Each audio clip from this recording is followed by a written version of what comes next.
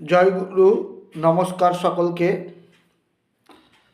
শাস্ত্র বলছে, যাবৎ অস্থিনি গঙ্গায়াং নিক্ষিপ্যন্তে মৃতস্য চ তাবৎ বর্ষ সহস্রাণি স্বর্গলোক মহীয়তে বা স্বর্গলোকে মহীয়তে।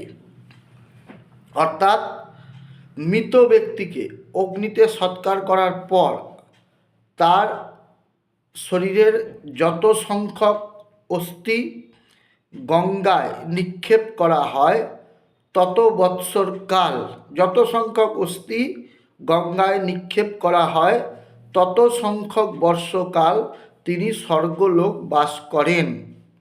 এই কামনা নিয়ে আজও মানুষ দূর দূরান্ত থেকে তার প্রিয়জনের শরীর অগ্নিতে দাহ করার